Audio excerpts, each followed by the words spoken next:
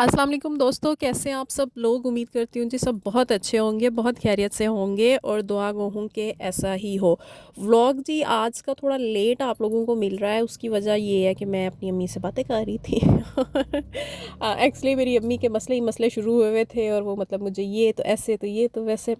तो फिर मैं अगर उन्हें बीच में ये कहती ना कि मुझे वॉइस ओवर करना है और व्लॉग अपलोड करना है तो ये वो तो वो बल्कि वो मुझे कहती कुछ भी नहीं, उन्होंने कहना था जाओ, लेकिन मुझे खुद अच्छा नहीं था लग रहा कि वो मुझसे बातें कर रही हैं तो मैं जी उन्हें छोड़ के आऊँ।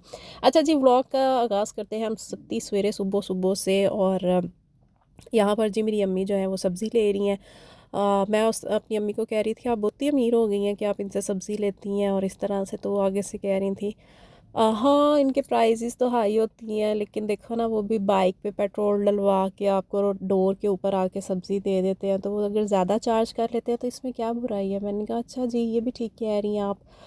तो कहती है जहाँ सहूलत हो वहाँ खर्चा तो होता ही है। मैंने कहा ये भी सही फरमाया जी आपने। एक इंटरेस्टिंग बात आपको और बताती हूँ कि मैं मतलब अपनी अम्मी को बाहर ये कहने के लिए निकली कि मूलियाँ ज़रूर ले लीजिएगा। मेरा मूलियों वाले पराठे खाने पे दिल है। तो मैं बाहर निकली तो ऐसे मुझे सब्ज़ी बड़ी अच्छी लग रही थी। तो मैं वीडियो बनाने लग पड़ी। तो जो सब्ज़ी वाले भाई हैं वो इतने कॉन्शियस हो रहे थे और वो कहते हैं बाजी मैं बोरियां पीछे कर देना तुसी तसल्ली नाल आराम नाल बनाओ, देखो किड्डी सोहनी सब्ज़ी है। मैंने कहा ये भी सही कह रहे हो भाई। और नो डाउट इसके पास सब्ज़ी होती भी बहुत फ्रेश है। फिर जी खैर मैं अंदर आ गई और फैमिली के लिए नाश्ता बनाने लग पड़ी। ये बिरयानी है जो मैंने रात को बनाई थी और ये इतनी सी बच गई थी। और मैं तो अब इस टाइम ये बिरयानी ही गर्म करके खाऊंगी, साथ में चाय का मग ले लूँगी। लेकिन जो बाकी सारे हैं वो तो ये बिरयानी नहीं खाएंगे, ऑब्वियसली सी बात है।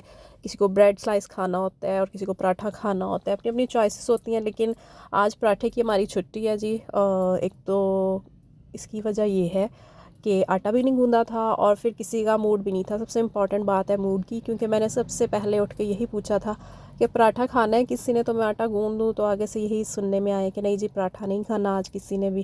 तो मैं भी शुक्र था कलमा अदा किया कि आटा गुनन दो जान छुट्टी। उसके बाद जी मैं यहाँ पे तैयार कर रही हूँ ब्रेड वगैरह। और साथ में मैंने अपनी बहन को काम पे लगाया। मैंने कहा तू बड़ियाँ वेलियाँ खा लिया ने, तू ज़रा इधर आ और ये जो अम्मी ने सब्ज़ी ली है इसको बास्केट में डाल के साइड पे करो। तो मुझे कह रही थी या मेरे से नहीं इस तरह के काम होते। तो मैंने कहा बहन इस तरह के काम होते हैं, तू कर तो सही। लेकिन माशाल्लाह जी बड़ी नाइस है। मतलब जो बात कहो वो मान भी लेती है। तो वो यहाँ पर सब्ज़ी सेट कर रही है, क्योंकि इसको फिर खोल के किचन में तो मैं बाद में रखूँगी। अभी मैं थोड़ी सी बिज़ी थी इस टाइम पर। तो फिर मैंने यही सोचा कि इस तरह पड़ी हुई बुरी लगती है, इसको बास्केट में डाल के एटलीस्ट साइड पे करते हैं ताकि खिलारा शिलारा ना नज़र आए। अच्छा जी सॉरी फ्रेंड्स। उसके बाद जी दोस्तों मैंने पिछले व्लॉग में आपको बताया था कि मेरी भांजी रहने आई है हमारे पास। और उसकी वजह ये थी कि उसकी मदर की पोस्टिंग हो गई थी इस्लामाबाद में, तो वो कुछ दिन हमारे साथ ही अब गुजारेगी, शायद 1 मंथ के करीब। तो उसके बाद चली जाएगी या उसके आगे फ्यूचर के क्या प्लान्स होंगे ये अभी तो हमें नहीं फ़ाइनल। लेकिन अभी वो हमारे साथ रह रही है। तो वो वीकेंड पर आई हुई थी और अब जी वो चूँकि एक ही दिन का स्टे था, उसके बाद उसने चले जाना था। तो ये जी उसके कपड़े हैं। और इस तरह कौन कौन करता है कपड़े ड्राई। हमारे घर में तो इस तरह से सर्दियों में बहुत ज़्यादा होता है ये चीज़ कि अगर कपड़े थोड़े से सर्दियों में कपड़ों में वो हमेशा रह जाती है ना, ऐसे लग रहा होता है कि वो लाइट लाइट से गीले हैं। अब आई डोंट नो वो एक्चुअली होते हैं या हमारा वहम होता है या वो ठंडे इस तरह के होते हैं। तो हम ये करते हैं कि हम जो है ना वो ड्रायर लेके वो कपड़ों को मारते हैं और कपड़े ऐसे बिल्कुल गर्म से और सॉफ्ट से हो जाते हैं तो बड़ा मज़ा आता है। तो उसके कपड़े भी बस तय करके रख रही थी सिस्टर बैग में, क्योंकि उसने जाना था और पैकिंग उसकी स्टार्ट हो रही थी। तो हम जी उसके कपड़ों को ड्रायर शायर मार रहे थे ताकि वो अच्छे से खुश्क हो जाए और उसकी पैकिंग शैकिंग जो है वो कंप्लीट हो जाए। और उसके बाद खैर जी मेरी अम्मी और मेरा भाई उसे छोड़ने चले गए और मैं आ गई जी किचन में। और करने को कुछ था नहीं तो इसलिए सोचा कि एक रेसिपी देखी थी मैंने, तो मैं वो ट्राई कर लूँ। अच्छा अब रेसिपी तो मैं आप लोगों के साथ शेयर करती हूँ। सबसे पहली बात ये कि बड़ी आसान सी रेसिपी है और ज़्यादा टाइम टेकिंग भी नहीं है। लेकिन इस रेसिपी को चूँकि मैंने ख़ुद भी फ़र्स्ट टाइम ट्राई किया था, मैंने ये रेसिपी मतलब किसी सोशल प्लेटफॉर्म पे ही देखी है। आई थिंक सो इंस्टा पे कोई वीडियो देखी थी या पता नहीं कहाँ पे। तो मुझे अच्छी लगी तो मैंने सोचा मैं भी ज़रूर ट्राई करूँगी और देखूँगी इसका टेस्ट कैसा आता है। तो बस इस तरह से आलू कट कर लेने आपने और उनको बॉईल कर लेना है। और साथ साथ मैं आपको बताती जाती हूँ कि मज़ीद इसमें क्या करना है और क्या नहीं करना। आलू बॉयल करके जी हमेशा की तरह आलूओं को मैश करना होता है। मुझे लगता है आलू बॉयल होते ही इसलिए कि उनको मैश किया जाए। और हम जी आलूओं को मैश वैश करके उसके बाद इसमें बड़े ही बेसिक इंग्रेडिएंट्स डालते हैं, जिसकी वजह से ये झटपट बन भी जाती है। और हार्डली 5 इंग्रेडिएंट्स के साथ, जिसमें एक आलू है, ये रेसिपी तैयार हो जाती है।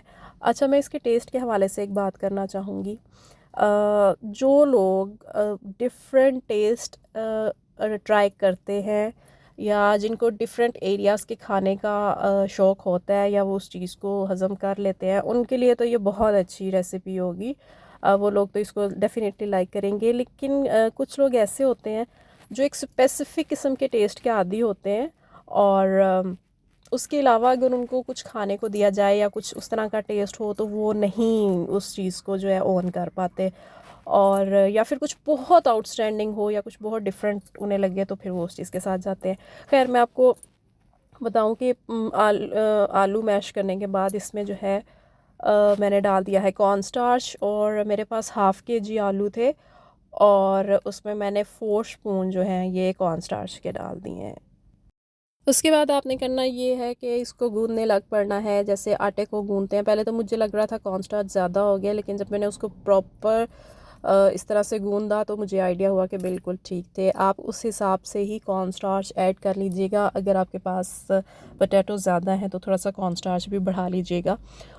और जब ये अच्छी तरह से गूँधा जाए, तो आपने मेरी वाली हरकत नहीं करनी है, आपने हाथ धो लेने हैं। मैंने हाथ नहीं धोए और मैं उसी तरह डायरेक्ट शुरू हो गई हूँ। और ये शेप जी मैंने अपनी मर्ज़ी से दी है। आप इस तरह की शेप देना चाहते हैं तो इस तरह की दे लें, किसी और तरह की देना चाहते हैं तो किसी और तरह की दे लें। कोई भी कैप लेके ये मैंने गोल गोल इस तरह से इसके बॉल्स बना लेने हैं। उसके बाद जी इस तरह से कोई छोटा सा कैप लेके इस तरह की शेप दे लें, या जो भी शेप आपको पसंद आती है। एनीवेज़ जी, उसके बाद आपने ये करना है कि आपने दोबारा इसको, ये जो भी वैसे ये शेप कितनी प्यारी लग रही है ना, देखें। अच्छा, आपने इस तरह से जो भी इसको शेप देनी है वो दे के इसको दोबारा से आपने पानी बॉयल करने रखना है। और उसमें हार्डली आपने ये जो है ना 1 से 2 मिनट, इससे ज़्यादा नहीं होना, वरना वो समटाइम ये मतलब खुल जाएंगे, आलू पूरा ऐसे पहले की तरह हो जाएगा, या वो इतने लेस से बन जाते हैं कि उस चीज़ का मज़ा नहीं आता फिर। तो आपने ये ट्राई करना है कि पानी ऑलरेडी गर्म हो, मतलब आप ठंडे पानी में डालेंगे और फिर उसमें गर्म होने का वेट करते रहेंगे, तो ये बिल्कुल रेसिपी ख़राब हो जाएगी। तो आपने जी बस इस तरह से, जैसे मैंने हार्ड मतलब डाले हैं और फ़ौरन ही मैंने 1 मिनट के बाद इनको निकाल लिया है। जब आपने इन्हें डिश आउट कर लेना, स्टेन कर लीजिएगा। उसके बाद थोड़ी देर का टाइम दीजिएगा ताकि ये थोड़े से फ़िम हो जाएँ। और जैसे ये फ़िम होते हैं, उसके बाद आपने इसमें कश्मीरी मिर्च डाल देनी है। जो लोग धड़ा मिर्च खाते हैं वो धड़ा मिर्च भी वैसे ऐड कर सकते हैं, लेकिन यहाँ पे जी मैंने कश्मीरी मिर्च डाल दी थी, और 4 टेबलस्पून जो है मैंने सोया सॉस के डाल दिए हैं। ओके जनाब, और अब आपको इसकी फ़ाइनल शक्ल भी मैं दिखाती हूँ कि ये कैसा लग रहा था। और ये जी ऑलिव ऑयल मैंने गरम करके इसके अंदर ऐड कर दिया। अगर आपके पास ऑलिव ऑयल नहीं है तो बिल्कुल पेन नहीं लेनी, जो ऑयल आपके पास है वो धड़ा से धड़म से धड़ा से वो जी अच्छी तरह तड़का के, मतलब गरम करके इसमें जो शामिल कर दें। और बस चीज़ को हल्के हाथ से इस तरह से आपस में मिक्स कर दें, ताकि सारी मिर्च मुर्च जो है वो इधर उधर फैल जाए और सारे जो हैं ये उस ऑयल में डिप हो जाए। वेल फ्रेंड्स, रेसिपी बस इतनी सी थी जो मैंने सोचा आप लोगों के साथ शेयर कर दूं। फाइनल शक्ल इसकी कुछ इस तरह से दिखाई दे रही है। और टेस्ट की बात करूं तो जो लोग वैरायटी ऑफ टेस्ट के आदी हैं वो ये खा लेंगे, लेकिन जो लोग स्पेसिफ़िक किस्म के टेस्ट के आदी हैं वो शायद इससे थोड़ा सा हेजिटेट करें। लेकिन चले जी, हमारे घर में आधे लोगों को पसंद आई थी ये चीज़ और आधे लोगों को नहीं आई थी। आप लोग भी ट्राई कीजिएगा और मुझे बताइएगा कि क्या आपको ये अच्छी लगी या नहीं अच्छी लगी। और उम्मीद करती हूँ आपको आज का व्लॉग पसंद आया होगा जी। मैं इंशाल्लाह मिलूँगी नेक्स्ट वीडियो के साथ। तब तक के लिए अल्लाह हाफ़िज़।